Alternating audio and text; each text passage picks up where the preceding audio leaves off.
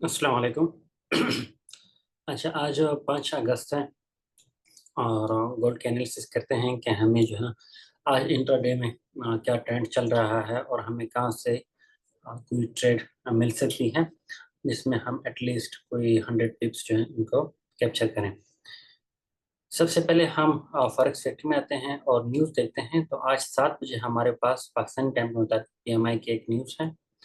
तो इस दौरान आप ज़रा मुहतात रहिएगा और 15 मिनट आगे पीछे। अच्छा, इसके बाद अगर हम आते हैं गोल्ड में और यहाँ पे अगर हम दिल्ली से स्टार्ट करते हैं तो हमारे पास दिल्ली में स्ट्रक्चर जो है यहाँ पे जब बुलिश हुआ था और इसने रिट्रेसमेंट ली थी, उसके बाद से ये तकरीबन एक रेंज की कैफियत है।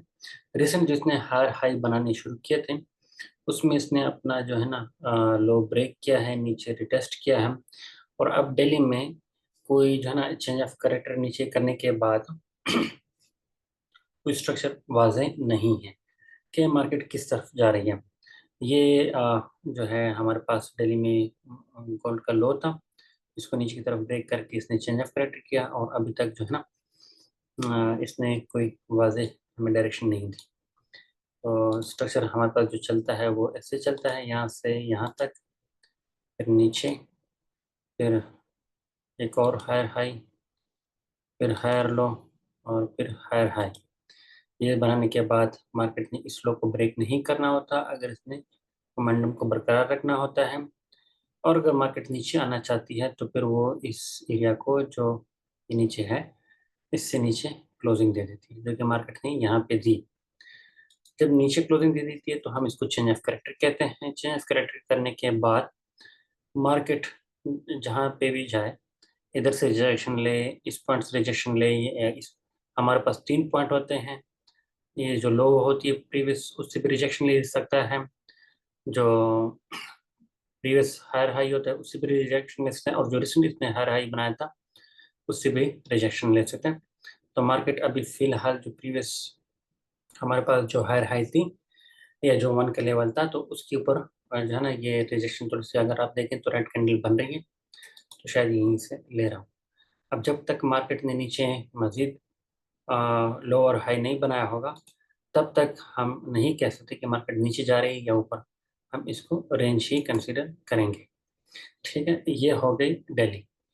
अच्छा, इसको हम करते हैं रिमूव और अब आते हैं हम H4 में। तो दिल्ली हमारे पास रेंज है, H4 में हमारे पास जो कंडीशन है उसमें ये एक हमारे पास लो था ये, और H4 यहाँ से हमारे पास बेरिश में है अगर हम इधर देखें। ठीक है, अब H4 भी हमारे पास बेरिश है और H1 यहीं पे बेरिश हमारे पास हो गया था। अगर हम देखें तो H1 की भी यही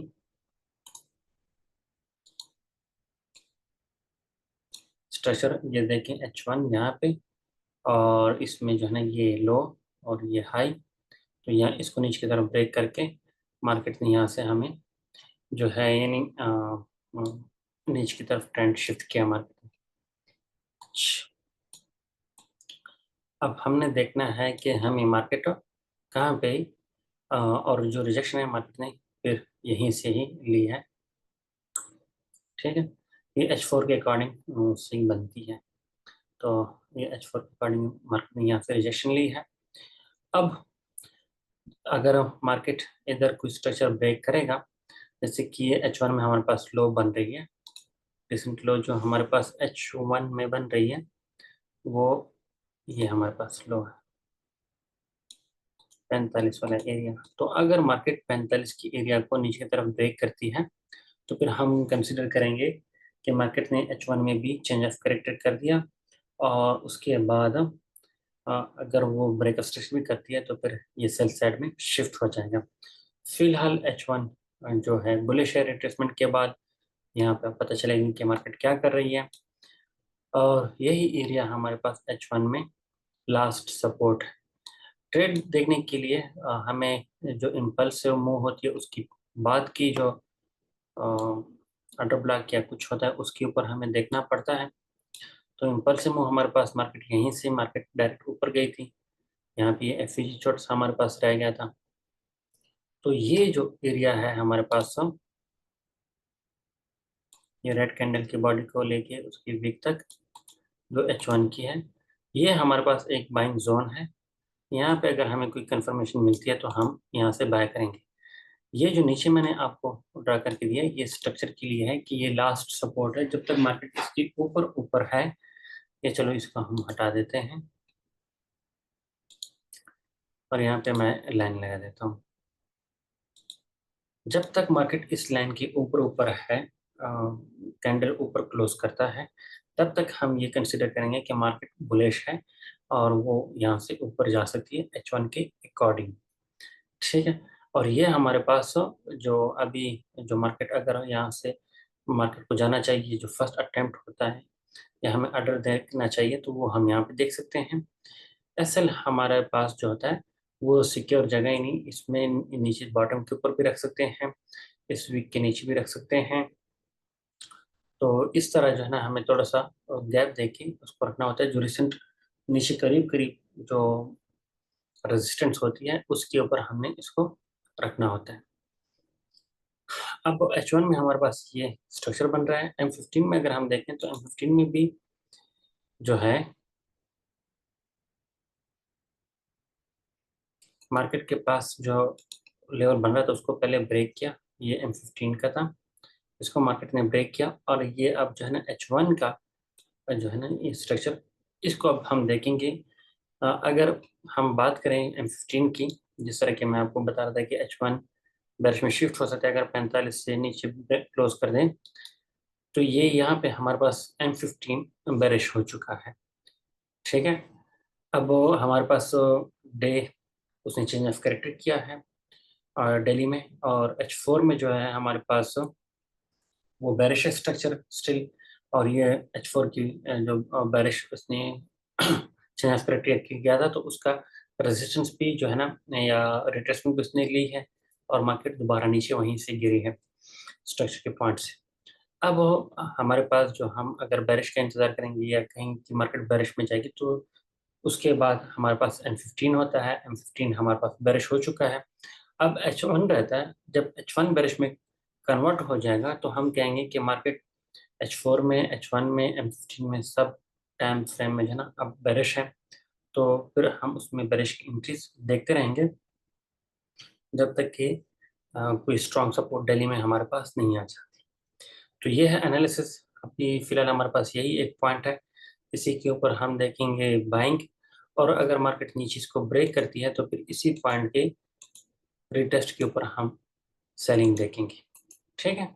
तो अभी बाइंग देखनी है, नहीं तो फिर अगर ब्रेक करती है तो फिर हम सेलिंग देखेंगे। और मार्केट को ये जो है ना ये ब्लू लाइन इसको नीचे ब्रेक करना होगा, फिर रिटेस्ट के ऊपर हम जो है ना मार्केट में इसी एरिया में, नहीं ये एरिया जो है ना ये हमारे पास ये भी हो सकता है, ये एरिया भी हो सकता है, ऊपर भी आ सकता है। तो अभी उसमें हमें जो है ना जो सबसे बेस्ट एरिया है वो फिलहाल ये जोन जो है ये हमारे पास यहाँ से लेके यहाँ तक, इसमें अगर नीचे की तरफ ब्रेक करती है तो हम सेलिंग देखेंगे। ठीक है।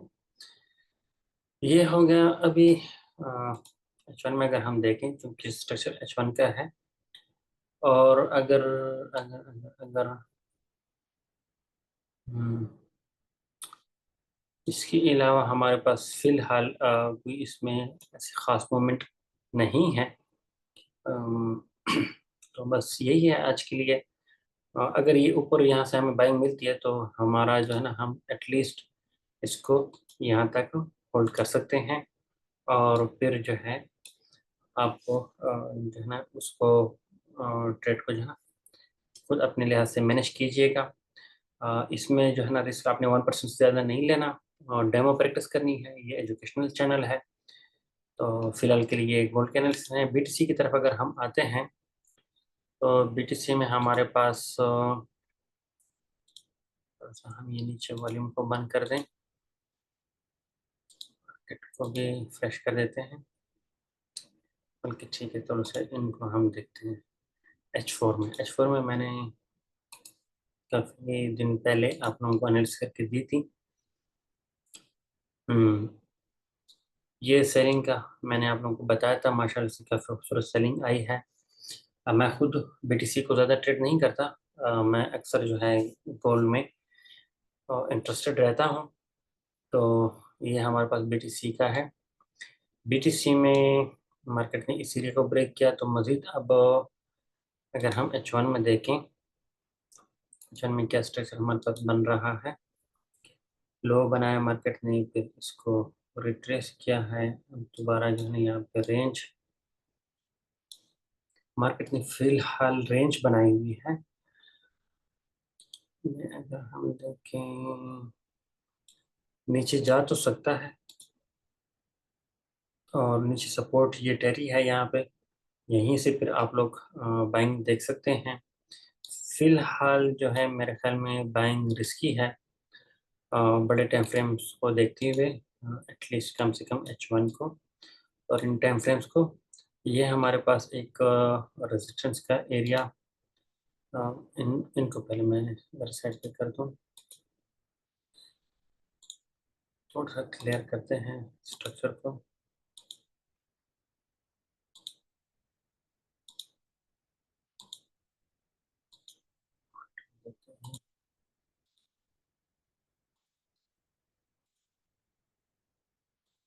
हम्म, अभी H1 में अगर हम देखें तो मार्केट ने ये लो बनाई है।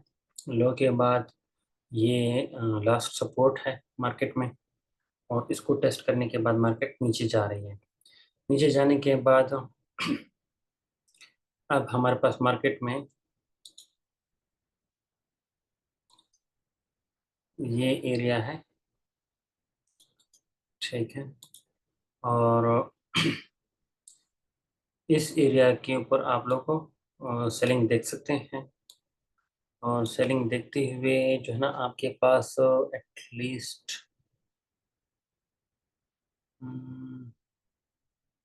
क्योंकि मार्केट निकल चुकी है इसलिए मैं आपको ये एरिया बता रहा हूँ। और अगर मार्केट ना निकली होती तो फिर हमारे पास जो थी, ये हमारे पास सपोर्ट है लास्ट, जो कंफर्म सपोर्ट है।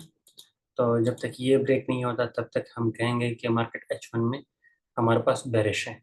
जब मार्केट इसके ऊपर, ये 16,028 के ऊपर जो है ना 1,16,028, इसके ऊपर जब तक मार्केट क्लोजिंग नहीं देती तब तक हमारे पास H1 बेरिश है, और आप इसमें सेल की एंट्री ढूंढ सकते हैं। यहाँ पे फिर आके हम यहाँ से बाइंग करेंगे। ये हमारे पास BTC के एनालिसिस है। इंशाल्लाह कल दोबारा मुलाकात होगी। अगर आप लोग को हमारी वीडियोस पसंद आ रही हैं, एनालिसिस पसंद आ रहे हैं, तो हमारे चैनल को लाजमी सब्सक्राइब कीजिएगा, अपने दोस्तों के साथ भी शेयर कीजिएगा, और आप अपना फीडबैक हमें कमेंट में भी दे सकते हैं। इंशाल्लाह मुलाकात होती है कल दोबारा एक अच्छी से फोरकास्ट में। तब तक के लिए अल्लाह हाफ़िज़।